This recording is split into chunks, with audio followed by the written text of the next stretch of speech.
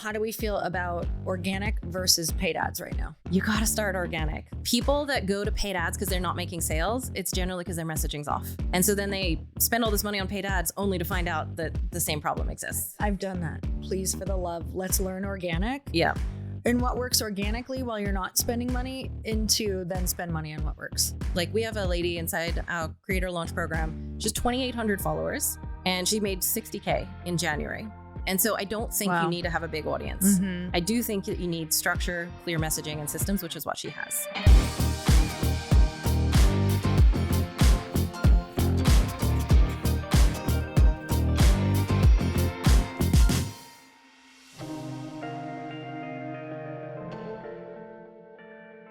Amy, welcome to the podcast. Thank you for having me. I'm so excited to have you on because you talk about all of the things that to me are so interesting right now. You were so kind and you asked me the question before this. Is there anything that you want to talk about or learn about? It's like, well, Amy, I looked at all of your stuff you put out and it's absolutely everything that I would love to chat about and learn about. And, you know, we have a lot of masterminds. So we work with different entrepreneurs. And I will tell you that the hot topics in there right now are messaging. Yep. How do I get more eyeballs? Yep. And how do I convert those eyeballs? Yep. Because we all know, and we've been hearing it over and over this year, that, you know, there's been an insane shift in the last year. Yeah. And I also want to make everybody feel more hopeful to let them know it hasn't gone away. It's literally just shifted. And this is normal. This happens all of the time. Yep. And so I think just being on top of these conversations and being ready for what's next is really big. So 1,000%. So I'm so excited because you have done so many different things. But I would love to hear, I know this is such a loaded question when I get asked this, but you have an amazing story of getting to where you are right now. I'd love to hear just a little bit of that. Okay, I'll give you the cliff notes. Yeah, so we can get into I'm the sure good you've stuff. been on enough podcasts where you've got it dialed. Yeah. Well, I'll try. Essentially, my cliff notes is I started the traditional way, was working at a bank job. I was studying finance because I was like, okay, well, if I'm going to get ahead in life, I knew I always wanted that. I got to understand the game of money. Went to college, got good grades, and learned, oh, actually, a bank job is just teaching me to be an employee for the rest of my life. So I was just desperate for any way out. I had a friend at the time. He was the only person that I knew that was doing things differently. Everyone else was in college, working a job. He wasn't. He was at home all the time. And so I was like, okay, what are you doing? I need to get around you. And I wasn't really too fussy about the model or what it was. I was just like, any way out. He was actually trading. So not a lot of people know that. That was kind of my very first introduction to entrepreneurship. This is back in the day. So he taught me how to start an eBay business to fund my trading account. Oh my God. Yeah, I would have done anything at the time. And it was a good introduction because I learned some skills, learned what I don't want to do, learned how to do some things. Yep. But where everything really shifted was when I got on YouTube. So I actually I was manifesting one night, as one does. And I was big into cars back in the day. I was looking at Audi R8s. That was like my dream car. And so I was like looking at these videos and I found this guy called Robert Himmler. And he was 21 years old, lived in America. I lived in Australia at the time, hence the strange accent. And we ended up connecting. And so we were just chatting online for a couple months. And then he's like, you want to come over for my birthday? We met in person. One thing led to another. I ended up coming to America. We hung out. We fell in love and we started creating YouTube content together. So that was kind of the pivotal moment, was when I started actually creating content with him, sharing my life online. I had been able to quit my bank job by that time, and he was very into cars, and he's like, you should buy a Lambo for the channel. So I went viral. Did you like Lambos before that? I liked cars. Okay. I was kind of like the tomboy growing up. Yep. And before you have the material stuff, I think you really aspire to have the material stuff. Totally. And so I was 21, 22 years old and just moved to America, had quit my bank job, was making good money. Bought the Lambo, went viral for being 22-year-old girl buys Lamborghini, which taught me some very interesting lessons about being perceived by a whole bunch of people, because 100 million people saw our videos. All at once. Yeah.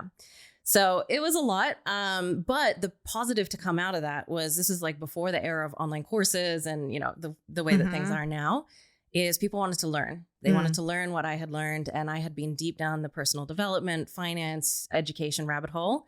And so we created a course, me and that friend that taught me. We did it all the wrong ways. We spent a year building it, like written course format. It was That's what so you bad. did back then. Yep, that's what you do. Prepare. Yep, 1,000%. Thankfully, because we had such a big audience, it went great. We made 7 figures our first year. But not only that, we saw like really, really cool ripple effects. People were meeting inside our communities. I know you're a big advocate for that as well. I've met incredible people just from the groups that I've been a part of. Same thing was happening in this container. People were changing their life, quitting their job. And so that became the basis of 8 years of an online education business where I taught myself all of the business side of what it actually is to be a creator. Because I had the audience, but I didn't know digital marketing. I didn't know any of that stuff.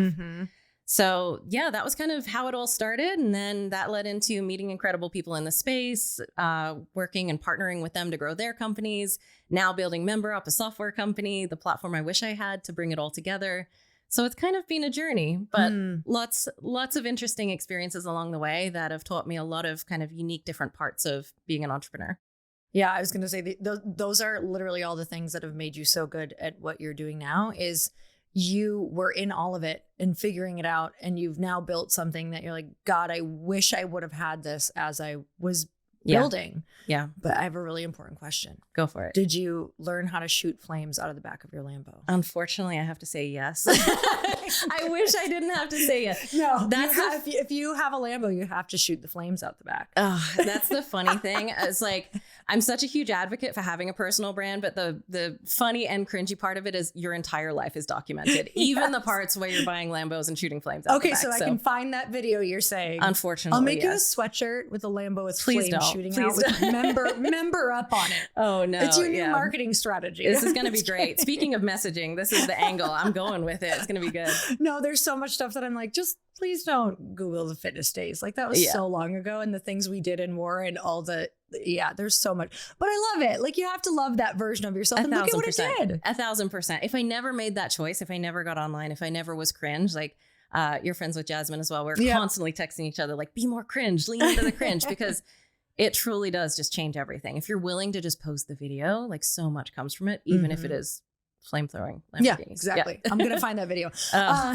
Okay. So tell me about where you're at. Like, where is your passion right now based on all of that? Like the thing that right now at this moment in time, what are you really obsessed with talking about and teaching people? Because you just see a massive need for it. I think it's the intersection between being a creator, because obviously, even if you're a founder nowadays, you need to create content. Yes. And if you're a creator, you need to have a business to sustain being a creator. Yes. So the intersection between being a creator and actually having a sustainable business on the back end of it is what I love talking about. So all of the skill sets that you need to learn as a creator to monetize, sales, setting, like deep down the rabbit hole of data, operations, all of that side, I'm a nerd on.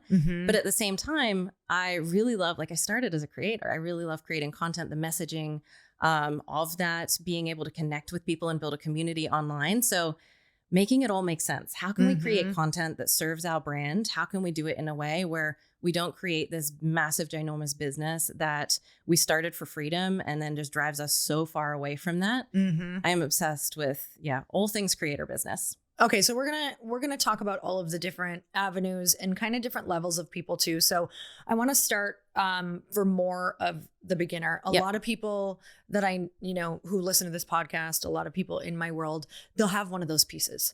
I find a lot of them actually have more of like they'll have a program or they'll have coaching or a membership or a product or a brick and mortar, but they are really lacking in the personal brand or branding and marketing department and figuring out how to get sales. Let's kind of talk about from more of a beginner's perspective of somebody who's like, okay, well, I have a social media presence, but it sucks, especially now. And I can't seem to convert people into dollars right now. Okay. I mean, we could go deep on that, but there's a couple of things. I think the first thing is, how are you actually selling off of social media? Because I think a lot of people think that if they just create the content, people are just going to get in their DMs and want to buy it or click the link in bio and start buying. And that can happen here and there. But as someone that even had a ton of traffic, that is more on the rare side than you actually having a process to help someone make a buying decision. Like any business knows that you have to help someone understand the offer, the product. Is it right for them? And on social media, I think people forget that. They just think, I'm going to create content about my life or my product and people are just going to show up. But it's the same top of funnel, middle of funnel, bottom of funnel that exists in any business. We just have to learn how to do that through our content.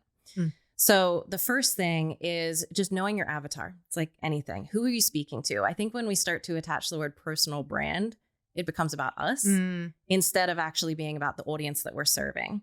And so instead, you got to think of it as, how can I use my story to serve this audience? So yes, it's us creating. Yes, we can weave in our story, but we have to make it applicable to help that person actually, like if it's a coaching program, how can they learn from it? How can they grow from it? From there, we have to understand that there is visibility content. So how do we get seen? If you're just starting out and you have 100 followers, well, how do we get new people, new eyeballs? That's very different kind of content to someone that's actually going to make a purchasing decision. So we have to figure out like, what's the sweet spot? How do we weave in all of these things? But it all starts with knowing exactly who you're speaking to. So if anyone's listening right now and they're like, I have no idea who I'm speaking to, the first thing that you want to write out is, I like to give them a name. Because I think when we're creating content, we're like speaking into this big void online. It's like, I'm going to connect with everyone or, you know, this vague type of person. Give them a name. So mine, like my avatar, my beginner avatar is Confused Carrie. I know exactly. Like, and it's actually a client name that I've worked with. So ideally, like think of someone that you know, like the back of your hand that you're talking to. Just talk to that one person every day. Even if you don't have content formats and all of the technicalities nailed, if you just show up and share a message with that person to help them move forward toward their goal, that's going to be way better than just trying to like copy trends or anything that you see. So that's the first thing. Second thing is how, when we get that person's attention, how are we thinking about what they hope to happen? How are we thinking about what their dreams are, their fears, and their blockers? So that's the next thing. Write out those 4 different headings. So Confused Carrie, this is a general description of who she is. She's struggling with making content online. She wants to make her first 10K. You know, write out kind of how she's feeling vaguely. What does she hope to happen? What does she dream will happen when that comes true? So she hopes to start a business that makes 10K a month. When she starts that business, she's going to achieve financial freedom, more time with the kids, whatever that might look like. What does she fear in that process? Being seen, visibility, looking stupid online, all of the blockers that come up. And then what is truly blocking her from getting there? And if your content just speaks to one of those 4 things every single day, like that's the starting point. You're going to be doing so much better than just posting viral trends and trying to copy other people's stuff. So that's kind of the first thing that I would say is like the foundation of messaging is just understanding how to talk to those different hopes, fears, dreams, and blockers. From there, how do you have a sales system off the back of that? Because I'm an introvert. I don't know. Are you an extrovert? No, I'm right in the middle. Okay, interesting. It's so funny because I meet these people that have like amazing personal brands like yourself. And it's so easy to think, oh, they're an extrovert. They're like doing all the things online. And every single person that I meet, they're like, no, actually, I'm an introvert. I'm weird in a big room unless I'm on stage. Yeah, me too. Totally. Okay. So for any of the introverts that are like, oh, I have to be an extrovert. No, you definitely do not. But I think about it like this. If you're just creating content as your lead gen, so there's 4 different types of ways to generate leads. Free content is just one of them. We've got warm outreach, we've got cold outreach, and we've got paid media. And so if we're only creating free content, it's kind of like standing at a party as an introvert saying, I want to make all these friends, and just waiting for people to walk up to you. When instead you could actually walk up to people and introduce yourself. And that is kind of warm and cold outreach. We can do that on social media too. People just don't know how, and they do it in a really cringy way, and it feels kind of icky. And that's why they have this perception of it and they don't like doing it. But there's a really effective way to do it. And if you understand that, then it is obviously going to get you results a lot quicker than just waiting for someone to show up and shake your hand and land in your inbox. You can actually introduce yourself to them. So I would say start with those 3. We need to understand how to create free content that has the right message so that when we do connect with someone, they land on our page, then they want to reach out. Good. We know who we're speaking to. They want to follow. But then from there, we can strategically look for people, look for our ideal clients on social media. You don't have to go and reach out right away, but like follow them, like them, engage with them, actually create a relationship. And I think that's the part that people are really craving nowadays, especially with ManyChat, especially with AI coming in. Like people really want human connection. And so the people willing to actually do it. I know you were just talking about this prior to us jumping on, like it's working. When you connect with people, it really, really works. So having a sales system off the back of that messaging that isn't just posting and praying and waiting for people to show up, but is actually numbers driven.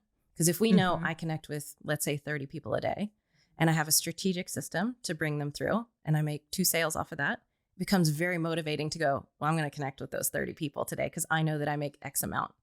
So that's kind of the basis of everything that I teach is There's so many different ways to make sales on social media. There's so many different ways to connect with people, but we got to make it as simple as possible and as profitable as possible without waiting years and years and years to build a personal brand. Mm-hmm. What does the outreach look like that you have kind of chatted about? I know for me, I'm trying a bunch of different things. And one thing that I think a lot of us are just looking for the permission that makes it feel okay to reach out to people, whether it's a voice note or writing them, like actually texting them. But with that, something that gave me permission is I'll put out a post that's about the topic that I would love to be helping people with. And then if they like it, I mean, if they comment, I consider that a lead and an invite to go and message them. Hey, I saw your comment. I looked at your page. I study what they're doing on their page. I find something and talk to them about it from something from their page. But anyone who likes it too. So something that I'm saying in my head, because I'm like, leads have gotten a little bit tougher right now because my reach has gone down. So what I'm saying is I'm like, every like is a lead. So let's just go talk to every single person. And my intro looks like, hey, I saw that you liked my post about blankety blank. I went to your page and saw that you blankety blank. And that's kind of the door that opens for me. And sometimes I really feel that is one of the biggest barrier of entries. So let's talk about some of the ways that you intro and invite people into your world. Absolutely. Yeah. And I think you're doing everything right because we want to know that there is intent. I think it feels not so great when there is no intent. It also feels not so great when you can tell that someone's just trying to make a sale and they're pushing their product and there's no real genuine interest in the other party. And so what feels really good is when you take an interest in someone, which is what you're doing, when you follow them and do that. But I also think that cold has a place, right? So you're kind of doing warm. People are liking, they already love you. They're on your page. That's warm. That's great. I think cold is the scariest, the most daunting for people. But it's also something that if you're just getting momentum, if you have 100 followers on your page and you're just starting out, again, we can wait a year or we can go, you know what, I'm strategically going to introduce myself to some people and having the confidence to do that. So for cold, it's really, really important. Follow that person, take an interest, watch their story, like some stuff, comment with genuine intrigue as to who they are and what you can support them with. That shows. If you are just messaging people, a standard, I get this all the time. It's got the M dash, the AI M dash in it. They like forget to change my name in the message. Like people can tell that, they can sniff that out. But I think the biggest thing with reaching out to people is if you've ever had that moment where you're ready to start the business and the idea will not leave you alone, but then you hit that wall where you don't actually know how to set it up, this is for you. When you're ready to start your business, it's not just about filing paperwork. It's about building your real business identity from day one. And that's exactly what Northwest Registered Agent helps you do. Your business identity is everything that makes your business legitimate and professional, from public records and compliance to your website, email, and phone number. With Northwest Registered Agent, you don't just form a business. You start with a complete foundation built for privacy, credibility, and growth. Northwest Registered Agent has been helping small business owners and entrepreneurs launch and grow business for nearly 30 years. They're the largest registered agent and LLC service in the US with over 1,500 corporate guides, real people who know your local laws and can help you and your business every step of the way. When you form your business with Northwest, you get a complete business identity. You also get access to thousands of free guides, tools, and attorney-drafted documents to help you run your business with confidence. No upsells, no selling your data. Everything is built and managed in-house under their privacy by default promise. Sign up for a free account and manage your business with lawyer-drafted operating agreements, bylaws, resolutions, membership certificates, bills of sale, and more, all in one place, all at no cost. And when you're ready for more, you can add domains, email addresses, phone numbers, and services anytime. Don't pay hundreds or thousands of dollars for what you can get from Northwest for free.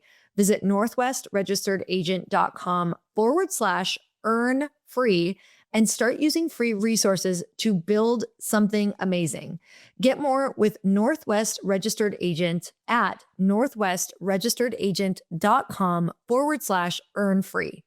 Starting something new isn't just hard, it can be terrifying. I remember right before I launched my first business and even this podcast thinking, is this really the right decision? What if this totally bombs and nobody listens? What if no one buys anything? And the doubt got super loud. But choosing to do it anyway was one of the best decisions of my life. And having the right tools underneath you helps that jump feel a whole lot safer. Shopify is the commerce platform behind millions of businesses around the world and 10% of all e-commerce in the US.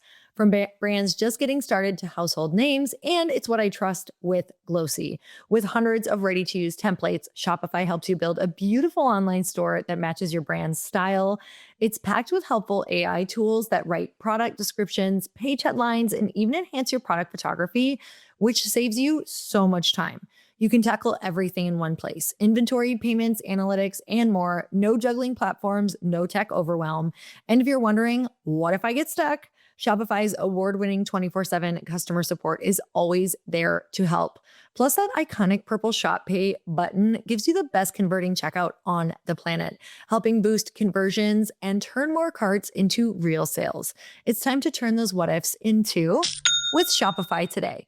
Sign up for your $1 per month trial today at shopify.com/happy. Go to shopify.com/happy. That's shopify.com/happy. But I think the biggest thing with reaching out to people is, think about it. What's the first thing they're going to do? They're going to look at your page. So optimizing your page to actually convert is a huge thing. So when I look at your page, if it doesn't align with why you're reaching out to me, I'm probably not going to respond. But let's say I was a woman struggling with PCOS. I'm using this example because it's fresh in my mind. But let's say I was someone struggling with PCOS, and someone that has a page like my friends that I was just telling you about called PCOS weight loss pops up. They're liking my stuff. Okay, first thing I'm going to do is I'm going to look at that, because now it triggers, I'm curious. But also, if they reach out to me, again, before I even respond, I'm going to look at their page. Then I'm going to see their highlights. Oh, here's how I help people. Here's what I do. If I look at their pinned post, oh, here's my story, why I trust you. So setting up your page to be optimized is actually a huge piece of DMs. People focus so much on the message, but we all know intuitively the first thing that we actually do when someone reaches out is we scope them out. We're like, what's going on here? Do I even want to interact with this person? So focusing too much on like the first message or the data sometimes takes you down a wrong path, instead of going, what does my page look like? And am I someone that, you know, my ICP would genuinely want to interact with? So that's the cold part. Do I do cold anymore? No, I think it has a time and a place. Yeah. And so start there, because you got to do what you got to do. And, you know, I know people that are far more successful than me that still do cold. So I don't think there's ever a time and a place to become like too good to do it. It just depends on how you want to run your business. But higher intent's going to convert higher. Your warm leads that are liking, that are commenting, naturally, those people are going to be more interested. And when Laurie Harder reaches out, they're going to know the name. There's going to be that rapport. And so they're more likely to respond. With that, I think a big era that people get into is they start coaching in the DMs. It becomes a full-on therapy session, and they don't have a system to track it either. So the way that I do things is I call it the connection funnel, and I have a very simple spreadsheet that we track everything. So I know, okay, if I get 100 new leads that come in, and I have a conversation that flows through identifying what's their problem, what's their goal, what do they think they need support with, and is it a priority for them to get that support? Obviously, in a very human way. It's kind of like a doctor. If you go to a doctor's office and the first thing they do is just prescribe you medication without asking what's going on here, you'd be like, no, this is off-putting, right? You get out of there. Same thing in the DMs. We're just prescribing our offer is the solution to their problems. So we want to understand those things, have a conversation. From there, I have a video that I send. So instead of like pitching every single time, I'm not sure how you're doing. If you're sending voice notes and explaining the offer, it can get tiring. Yeah, I am doing that. Yeah. So one thing you can do is, once you've kind of figured out the general premise of what works and what people connect with when you are voice noting, now let's systemize that. So let's save you that 20 minutes, 10 minutes a day that you are spending reaching out with that. Just make a Loom video. Simple 10-minute video.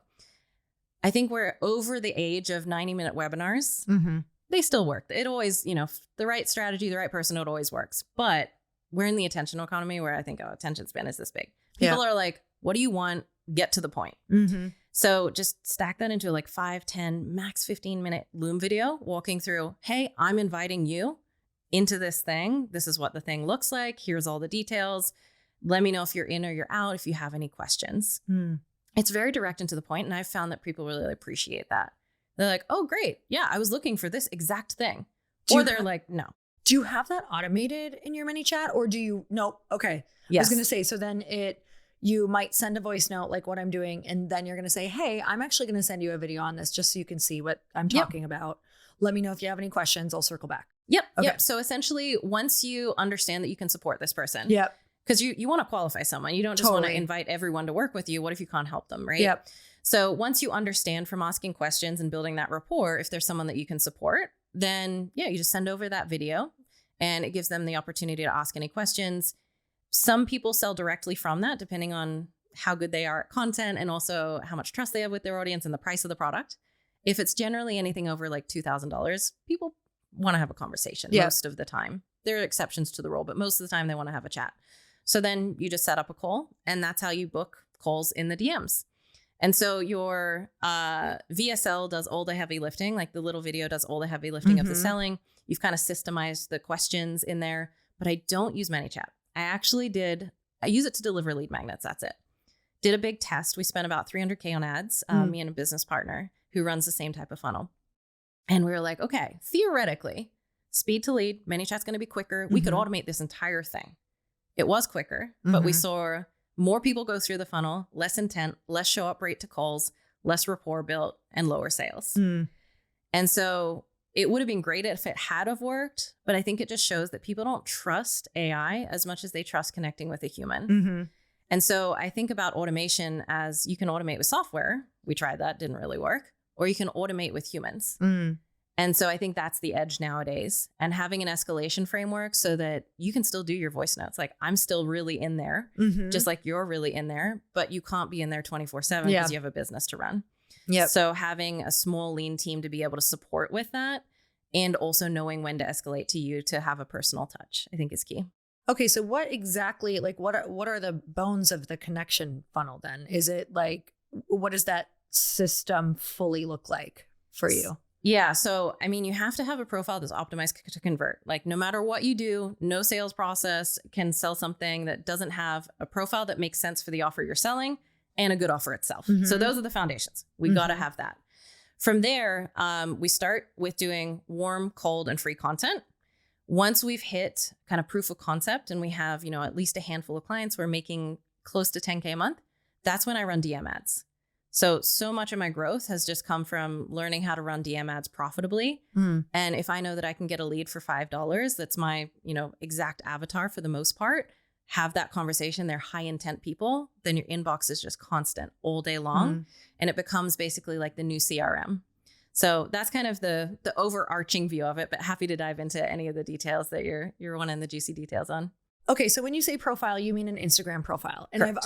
I already know where I am failing a bit, because it's like the construction worker's home. I can see and tell everyone what to do. And then my page, I'm like, okay, I really need to sit with this and get this dialed Always in. the hardest for yourself. Oh my God. But what was so great, and I'll tell you why your page is awesome. You already know why it's awesome. But as somebody who's even interviewing you, I, of course, got to get your bio. I got to look at things on, different websites and ChatGPT, all of the things that I go to research somebody. But the most that I got was from your page. And that's how it should be. Like you had this beautiful, almost like a start here story that's pinned that told me your whole journey from your voice, that I'm really not missing anything that you don't want people to miss. And then from there, it's really like I'm able to see exactly what you help people with. And, what you're all working on, what you've all created, how that works for them. So let's talk about what that looks like, because I fully understand why people are going into your DMs. It's because what you do is so clear. So let's talk about how to optimize someone's profile, because even someone like me who's been in this for a really long time, I have a lot going on. So I can get confused on what to put focus on. 1,000%. And I think it's something that we all struggle with. Like you think mine's clear. I still look at it with such a like critique lens every day. I'm like, it could be clearer. It could be better, but that's how anything improves, iteration over time. So the first thing is obviously making sure that we'll start very basic. Your profile picture has to make sense. And I say this because I have worked with clients who are like, I'm a doctor. And then their profile picture is them with their horse. And I'm like, that doesn't make sense, right? I love horses, but that doesn't position you as the expert, right? So make sure your profile picture is clear. It makes sense. Then from there, your bio is really important. Obviously, sharing who you help and what you do, like how you help them. There's various different formats. I don't think it has to be your standard, I help X person with Y thing. So long as someone looks at that and goes, oh, okay, I know who this person is. I know what they help with. Amazing. And I can, if you have it, have some authority, like some trust in there. Mm-hmm. So you've worked with X amount of people, or you've generated X amount in revenue, or if you've helped them generate, obviously add in what you can there. That stuff's all very basic. Everyone kind of knows that. If you can add a start here pinned highlight that is, it's pretty long. If you've seen mine, anyone can go and check out mine. Yep. I think it's maybe like 50 slides long. Is a beast of a thing to create, but it onboards someone not just to who you are, but how you can help them.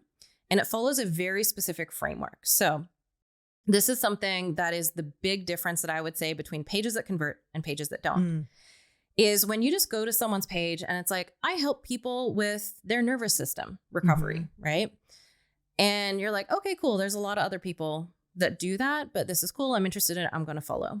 What changes that from something where you're like, I got to have this, I'm reaching out to this person, is a combination of factors starting with the Start Here post, where you position what you do as, I help X person with X thing who thinks that they have to do this. So let's say, I'll use an example of a client. We just recently came up with this angle, and it's working quite well.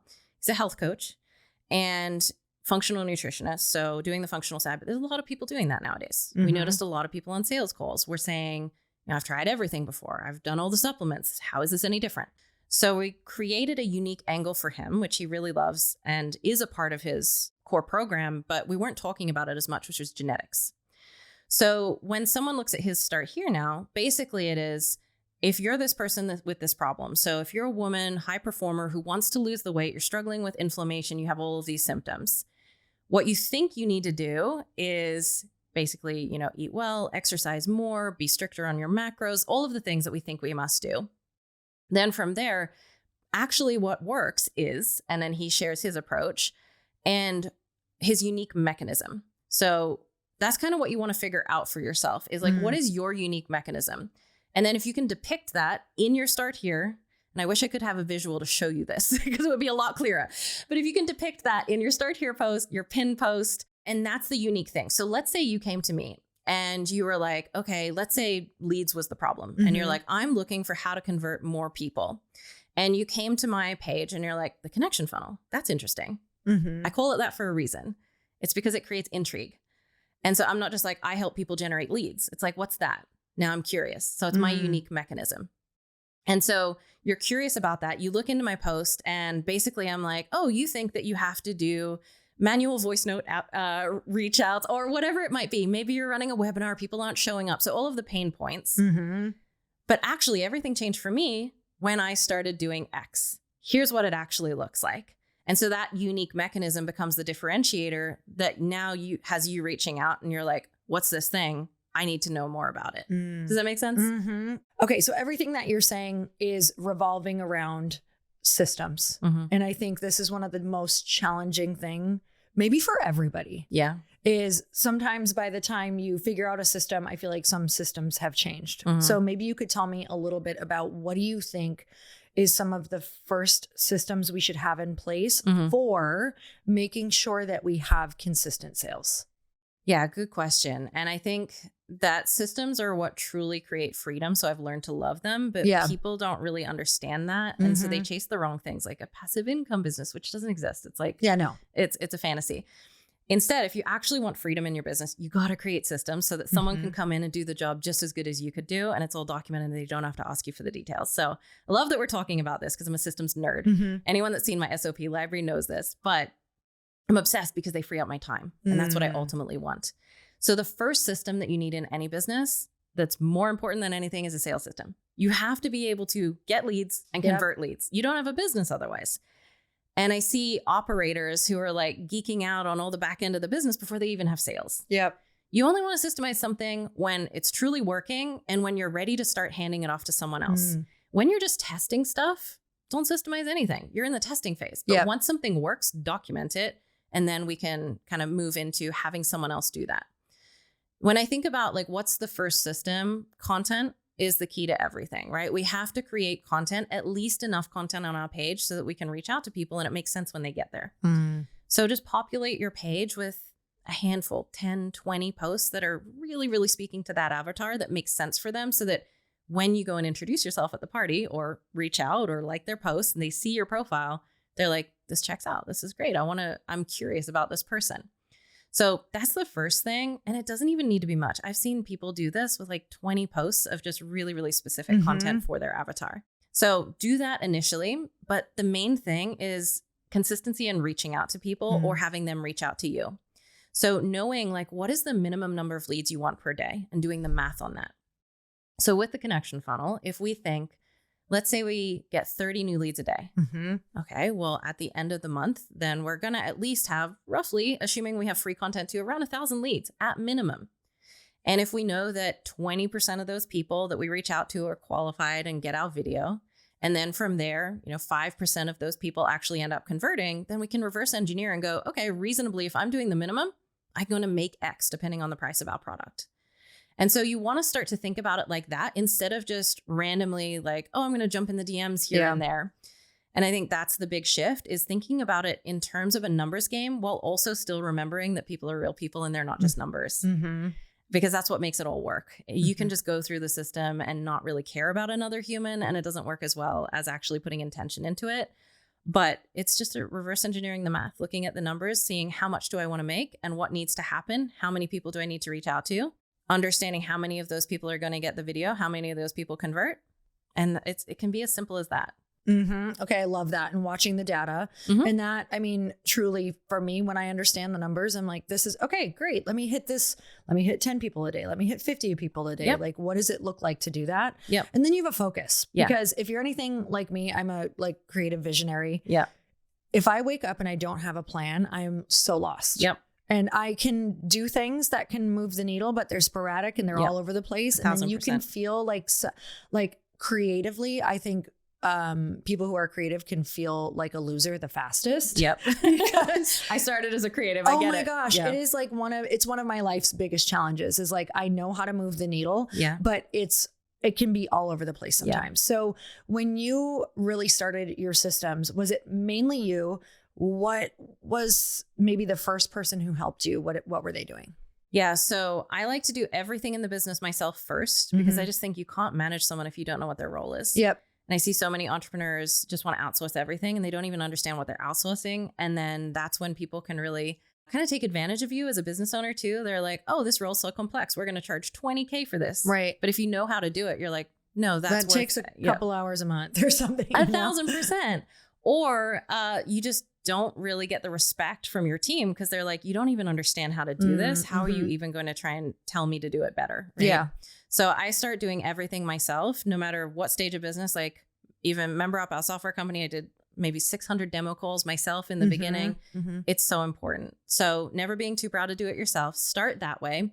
The first thing that I outsourced was DMs.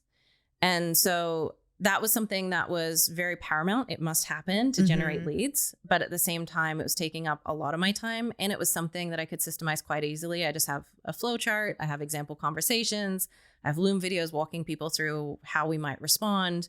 So it's quite easy to have people come in and support with that. And then a simple escalation framework so that I never lose the human touch. Like I'm in there a good chunk and I just have a time block on my calendar where I'm like, okay, I'm going to, reach back out to all these people. This person could use a personal message. So that was the first thing. Then I did maybe 150, 200 sales calls myself. And you want to see as the founder, because you're going to have the best close rate always, because it's you. You can kind of say anything and people will, want to work with you. And so I didn't really understand sales to the degree that I understand it now and how to have a good conversation that feels good for both people. That actually works as well. And so I did a lot of sales calls. Then that was the next thing, building out a small sales team. And at that point, that kind of frees you up to really just be in the product as much as you want to be. Some people I know pull themselves fully out of product. I don't. I like that side of things. I like connecting with clients. And then creating content. So that's when then it's a system that runs. Now I just need to funnel traffic into it. So that's kind of how I did it, was first setting, then sales. Operations are so simple if you keep them simple. And that is another reason I would recommend that people stay close to the business, because like adding on these costs, like having an ops manager and this person and a tech person, that's when then you just are left with no margin at the end of the day. And that's when you're struggling. You're just working to pay everyone else's salary. How have you started using AI in some of that to kind of optimize it? I've tried so many skincare products over the years, and I always come back to Osea because when I want something that actually changes how my skin looks and feels, it's what I reach for. Their seaweed-powered, clinically tested formulas are designed to deliver visible results. And I love that they really have something for everyone, and their whole body care lineup just feels so elevated. I love their branding. I love the smell. It's lavender. It's absolutely incredible. One of my absolute favorites is Osea's Undaria Algae Body Oil. It's one of their best sellers and a 2025 Allure Best of Beauty winner. And honestly, I totally get why. It's fast absorbing, non-greasy, and it's powered by hand harvested Undaria seaweed to deeply hydrate, improve the look of elasticity, and leave your skin looking radiant with that gorgeous, healthy glow that we're all after, especially with summer coming up. So I have really dry skin, so I'm picky about this part. And it's become both my morning and nighttime routine. So I love layering it with their lotion, especially at night, because it just feels so good on my skin. And one of my favorite parts is that their product, like I said, has that incredible lavender scent that I get so many compliments on. It feels like this calming, luxurious moment of my day. So what I love most is that this seaweed infused body oil is clinically tested and designed to deliver visible results you can actually see and feel.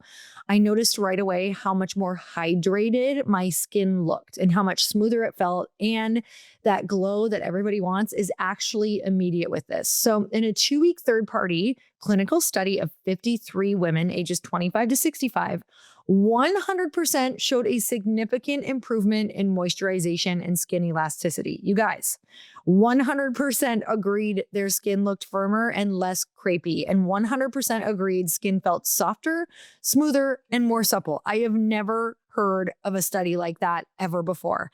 Get a spring-worthy glow with clean, clinically tested skincare from Osea.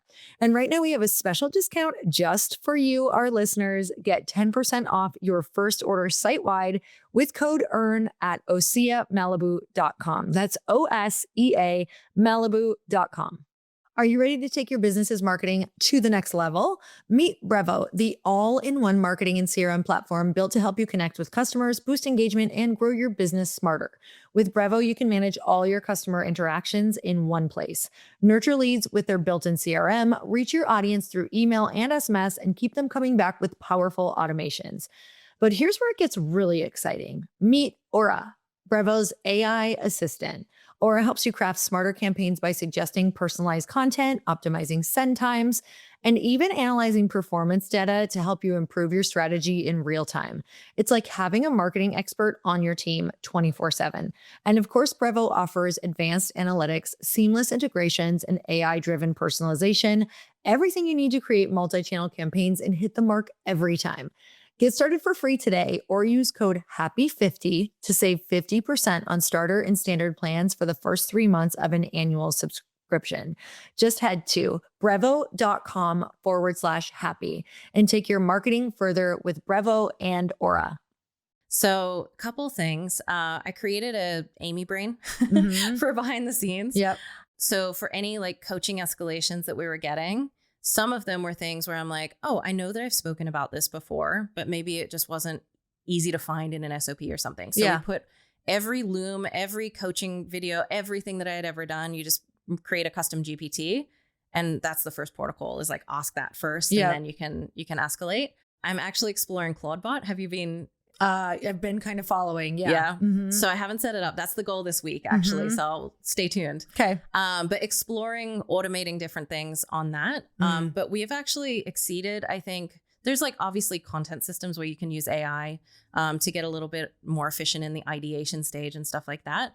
But I think the reason that we've been successful is because we're very human. Yeah, totally. So actually kind of automating more through the human side. But of course, I use AI to like ideate things as a thought partner here and there to create SOPs, all that kind of stuff.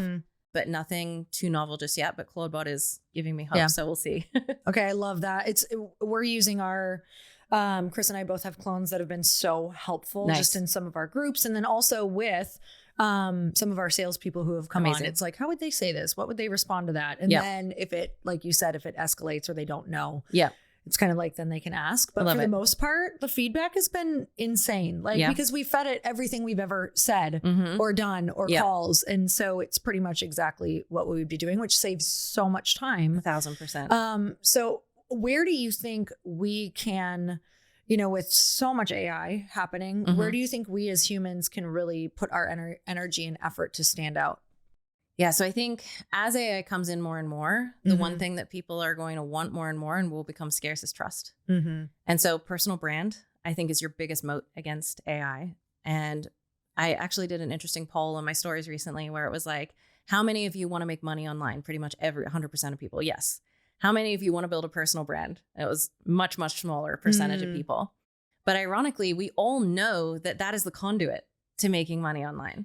Obviously, if you want to sell anything to anyone, it would make sense that they know, like, and trust you. But we don't, because we're scared of it. We're scared to show up. We have all these blockers.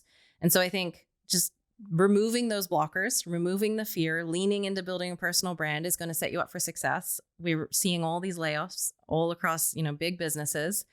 And I feel like those that have a personal brand are positioned well, no matter what craziness transpires in the next 5 to 10 years.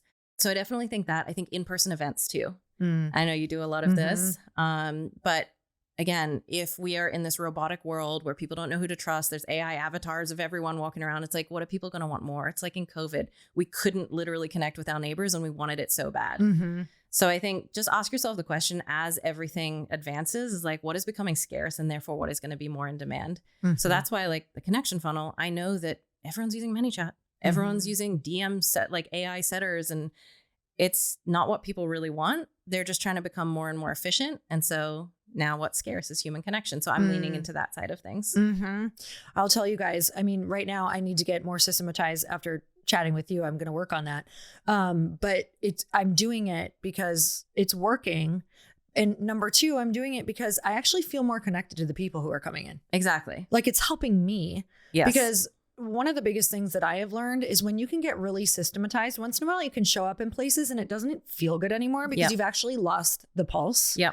And it never feels good when you've lost the pulse of your business or your company or your people. 1,000%. And so even though we want this life that's like, oh, I'm out of everything, sometimes it actually, depending on the business, sometimes it actually feels worse to be out of everything. So 1,000%. I love that we're talking about where is it most important to be so that we can focus our energy there, not get super drained, and systematizing those things. So I want to talk about, you've built a lot of different things from your personal brand, but you have MemberUp right now. Can you tell us exactly what it is, who it helps, what it does? Yes. So MemberUp's a software company, and we started it because we were using Kajabi, Slack, Facebook groups. We were like duct taping together everything that we needed. And this was maybe 5 years ago. There are some solutions out there now to solve this, but no one as good as MemberUp. Shameless plug. So we built MemberUp to basically host your courses, your community, your events, your payments, your chat, all in one place. And we also are trying to solve the problem of discovery for people, because what we're talking about, marketing, sales, leads, how do we get more people to be exposed to our work and ultimately buy? That's one of the biggest problems for everyone online. So we basically made it a big connected social media network. Instead of, like, if you use Kajabi, for instance, all that is on you. You have to drive all the traffic there. And that's one person who's maybe a new entrepreneur. How successful are they going to be at that? Versus if we can help you with that, like Facebook groups have a discovery page. We have a discovery page. If I'm maybe a part of your community and I look at Laurie's profile and I'm like, oh, cool, she's also in this other group about, masterminds and speaking. I really want to learn about that. Now I can click through to that group. Oh, now I'm on the sales page. Now I can buy. And so it becomes advantageous for everyone to be a part of this network so that they can get discovered, get found. But we also just made it really simple to use. I think everyone is so sick of how complicated technology is, and a big part of our demographic is female too. So I think them more than anyone are like, I just want to be pretty and I want it to be simple. So we just made it brandable, customizable, so it feels like a home that you actually want to have your clients in, and really, really simple. And adding on discovery is kind of the newest frontier, and the thing that we're really trying to make easier and easier for our creators is just getting more sales. Okay, so a couple questions for you when it comes to marketing. How do we feel about organic versus paid ads right now? Both have a time and a place. You got to start organic. People that go to paid ads because they're not making sales, it's generally because their messaging's off. And so then they spend all this money on paid ads only to find out that the same problem exists. I've done that. Yeah. I've done it back in the day as well. And because everyone who does paid ads will tell you that you should just do them now and they'll learn from what you're doing. And it's like, oh my God, please, for the love, let's learn organic. yeah. And what works organically while you're not spending money into then spend money on what works. And everyone will tell you to do paid ads because it's an agency that takes a percentage of your ad spend. So painful. Exactly. So I think start organic, nail the messaging, get proof of concept, get your first testimonials, get clients, set up the system. Once you see the numbers, that's when then you know you can spend confidently on, in my case, DM ads. In someone else's case, maybe they're running a different funnel. But you have to know the numbers to be able to spend confidently. If you can't say, what does it cost to get a lead? How many of those are ultimately going to convert and see that drop off across the funnel? That would be terrifying to start spending on ads with just a hope. So I think both are important. I think organic will get you so far. Like we have a lady inside our creator launch program. She's 2,800 followers and she made 60K in January. And so I don't think you need to have a big audience. I do think that you need structure, clear messaging, and systems, which is what she has.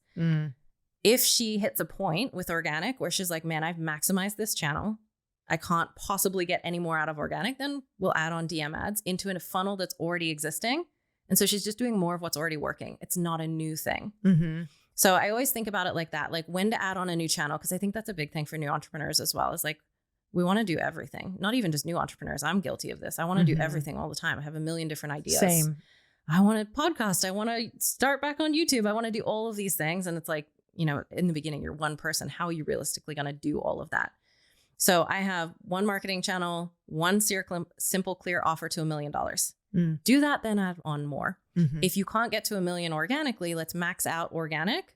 And then as soon as we've hit our limit with organic, add on paid ads. I think it's also knowing what kind of business you want to run too. I call this like your entrepreneurial archetype because I've worked with people whose version of success is I want to make 10K a month and spend more time with my kids. And Amy, I don't have no interest in doing any of these things that you're doing. And I've, on the contrary, worked with people who are like, I want to hit 7-8 figures in my business. How do I get there? People's version of success looks different. So in my programs, we like define your entrepreneurial archetype and we build a pricing and a sales system that actually makes sense for that, which I think is such a like unspoken about thing that people should be thinking about. So if you start running ads and you have a lean team, okay, now your time is spent on, you do a couple management meetings a week. Do you want to do that? Is it worth the trade-off to get to 6 figures a month? Maybe, maybe not. So knowing kind of where you want to go with the business and making decisions in line with that, I think is really, really key. Okay. So you've mentioned DM ads. Can you explain to people what the difference is between like Meta, DM ads? So it is Meta. Okay. So it's through Facebook. But when you're on Facebook, there are different types of campaigns that you can run. And so traditionally it's just, clicking off to a website. So there's like a link on the ad, people click off, they go to some landing page somewhere. But a lot of people don't know you can also run ads it says send message. So if anyone starts following me, you'll probably start seeing my ads and you'll see them. And so it's a send message and it pops up a little thing where you can add a keyword. You can add anything, but I have it add a little keyword so that people can then just press that and they end up in my DMs. So instead of paying for clicks to a website, you're paying for DM messages from qualified leads, and your skill set just becomes, how do I make creative that gets the right people to actually reach out and DM me? Okay. Interesting. All right, let's chat about launching or evergreen as well. So do you think both? Do you think which one should you start with? Yeah, it's an interesting question because I've done both and both have their pros and cons. Like it feels really good to do a big launch and to, get a lot of cash in the bank. And at the same time, on the contrary, it also feels really bad sometimes to do a big launch because you're like, I'm burnt out, I'm exhausted. There was 3 months of lead up to that and the whole team's exhausted as well. And so I've definitely shifted more toward loving evergreen. Like you will rarely see me do anything big externally. It's all just running in the background. And I like evergreen so much because it's predictable, especially in terms of the team that you need. So we did big launches. Like when I was working with Boss Babe, massive launches there. In my own business, massive launches there. And I just saw the pattern over and over again where you're like, okay, we're so heavy. We need content. We need this. We need that. Like so much work needs to go in the lead up phase. And then those people don't really have roles after that point. And so it's like these massive ebbs and flows, burnout, feast or famine type of mindset. And so I think launches can be great if you have capacity and if you need to, on top of what is evergreen and growing. So for me, like I've mapped out and projected the entire year, there's not one launch in there and it's all just evergreen. And I know, okay, when I get to X amount, I'll need to add on another person to support with calls. When I get to X amount of leads, I'll need to add on an extra person to support with setting. And so it becomes way more predictable for you, for your team. And I also think it's kind of nice not to have to think of like these big external launches all the time, and actually just focus on content that serves your audience instead of like selling for intensely for a couple of weeks and then like status quo and then selling intensely. Not to say that there's anything wrong with either one, but I think, again, knowing my archetype, I'm chill. I like chill. I am preferring chill for sure. And there's so much pressure around big launches. Yeah. I've learned so much from them. And, you know, we did them for years and years. Like I was in the fitness world and we would launch 3 to 4 times a year, like a big fitness membership. Yeah. And it was always so much pressure too around like, if this doesn't do well. And now in the world that we are in, I will tell you, if you are doing a big launch and something happens in the world that week and you don't want to be launching because it feels really off color to be doing it. And you feel awful and you know everyone feels awful. Now your business and everyone that you employed and everything that you have set up and all of these things are like, you are going to have to either push that off or it's a really big deal. It's a big deal now. And the evergreen has been making me feel so much better. It's been getting me more excited. And also I feel like you can kind of slowly tweak your process throughout. Where it's kind of like you're launching with what you're launching with. You know, you got to run with it. It's happening tomorrow. Let's do it. Evergreen is like, you can kind of go, oh, that's not really working. Or that message that we have there isn't working. Or maybe that first Loom video I recorded isn't really working. Let's try to tweak that. And you get to do these little data points that you then get to watch for a week or two of what's happening and how people are responding. And to me, that feels so much more like progress than waiting for another big launch, wondering what happened. 1,000%. For me, I have a saying internally and externally, it's always 1% better every day. Instead of trying to go for this like massive 10,000% launch, if I actually just focus on improving the product 1% better every day, improving the marketing, like over a year, you are just doing the one thing so incredibly well. But people, I think we have shiny object syndrome. I'm guilty of it too sometimes. We want to start the new thing and then we never optimize the thing. And so we might have something that performed okay, you know, evergreen. Maybe your video's okay, but it could be better. But then we have this new idea. And now this new idea has got all of our focus. And then we never actually go back and optimize that one thing. So I've just seen the people that really tend to get ahead are ruthlessly focused. They're really good at saying no. And they've just optimized over and over and over. And that's the perfect end product that you see 6 years later into the process is just the result of just ruthless iteration over time. And I think it allows you to spend too, like launches distract from product. Like if you build a product that is genuinely serving people, that is amazing, then naturally you get more referrals and that's just good for everything. And so if I'm spending 3 extra months externally building up to this launch, or I'm just running an evergreen system and I can pour some of that into the product, or maybe building an ascension or something that will increase LTV, like that's way more beneficial for the customers. And it's also way more beneficial for the business. So knowing where to put your focus, I think, is a skill, and it's a really freaking hard skill to learn as well. I'm guilty of it. Story of my life. Okay, so for 10K months, what should we do and not do out of these? Let's go. Focus on your personal brand. Definitely key. Personal brand is how opportunities come to you. Okay, focusing on trying to go viral. Definitely do not focus on trying to go viral. Focus on trying to get the right eyeballs from the right people. Building our Instagram first. Cut, but with an asterisk, because you want to build it out just enough so that when people visit your page, it makes sense. Posting about your product every day. Gotta cut it. You need to provide value in advance to people for them to actually want to be taking an interest in your product. One offer versus multiple offers. Definitely one offer. One offer, one marketing channel to $1 million. High ticket or low ticket? Depends on your entrepreneurial archetype, but I would say high ticket simply because it's a numbers game. You're going to hit your goals a lot quicker and you're going to be able to serve your clients a lot better and go deeper with them. Okay, Amy, thank you so much for coming on the show. I'm so grateful for you. Is there anything else that you want to share with people? I know that you do now that you've really focused on one offer, you have multiple offers. Yes. But what is something that you want to share with people? Well, first of all, thank you for having me. It's been a pleasure. What I want to share with people, I would say, is just, I know it's going to feel cringe. Like we opened this podcast, me talking about flame throwing Lamborghinis. Like, come on, it's going to feel cringe. It's never going to feel comfortable, but just encouraging people to post it even when it feels cringe. Like it's never going to feel more comfortable. You have to go through sucking to ultimately get to the place where you're good at something. And I just think the opportunity and the upside of that nowadays is so big. And on the fear side of things, like AI is coming. So building your personal brand is something that I just really encourage everyone to do, even if it means being cringe, even if it means maybe looking stupid. I wouldn't be sitting here right now meeting amazing people like you if I hadn't posted the cringe video. So hopefully this inspires someone to get a little cringe. I'm so glad you drove that Lambo and through flames. I kind of am too. All right. Thank you again for coming on. Thank you guys, you. we will put everything in the show notes below so that you can go find her, follow her, see all of her offers, and member up as well. And until next time, earn your happy. Bye, everyone.